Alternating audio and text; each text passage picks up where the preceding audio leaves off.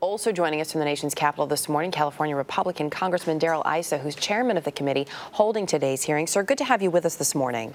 Well, thanks for having me on, and I think Cheryl said it very well. She's been on this since not the start, but since the breaking of the story. She helped make this something you're aware of.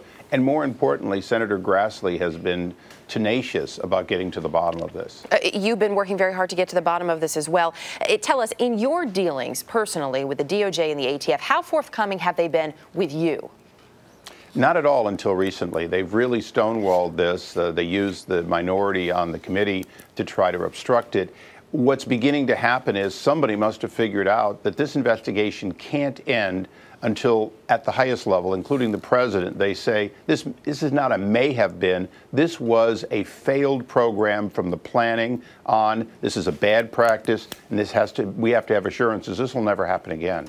The DOJ and the ATF, though, expressing concern that if they disclose certain information at this point in time, that it could perhaps compromise other investigations, specifically perhaps even the trial of the trafficker who's accused of buying guns, which were found, of course, at the site of the killing of Agent Terry. On Monday, Representative Elijah Cummings saying in a letter to you, you should really hold off on these hearings until criminal prosecution is complete. Are you concerned at all that these hearings could in some way compromise any of those dealings?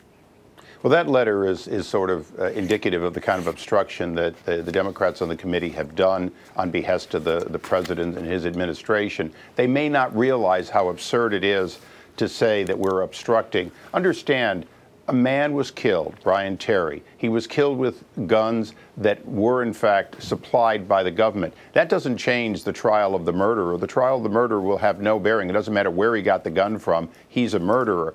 What we have to ask is, why is it the president says something may have gone wrong, and months go by, and they're not saying somebody at the highest levels, the levels in which this was funded, coordinated, and authorized, nobody has lost their job. There's been no looking at justice. There's only been pushing it down and saying, well, you know, this was a rogue operation. It wasn't a rogue operation. The people they want to accuse of being rogues are the people who came forward, including today's witnesses, who are going to say this was wrong, and we've got the proof that we kept saying it was wrong. Well, the DAG and others kept pushing this investigation. So then, sir, what's your ultimate goal here? You mentioned you want to hear them say it was a failed program. You want the assurance that it won't happen again. But it sounds like you also want, you know, for lack of a better term, you want some heads to roll here. You want someone to take responsibility. Is that correct?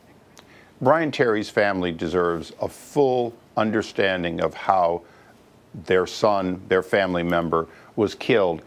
Beyond that, what we need to know, and they need to know, is that this won't happen again. If there's been judgment this bad, this obviously bad, this is beyond Iran-Contra stupid, because they didn't even have a safeguard planned in this. If they do not say, these people had this bad judgment, they no longer work in an area in which they can apply that kind of bad judgment, then no, we can't let go. This is one of those opportunities for the administration to lead and say, look, we're going to get anyone who was involved in authorizing this, if their judgment was involved, which it would have been, and it was bad judgment, they can't do this job anymore. That's all we're asking. We are asking to make sure this doesn't happen again, and the family deserves that too. Congressman Darrell Issa, thanks for your time this morning.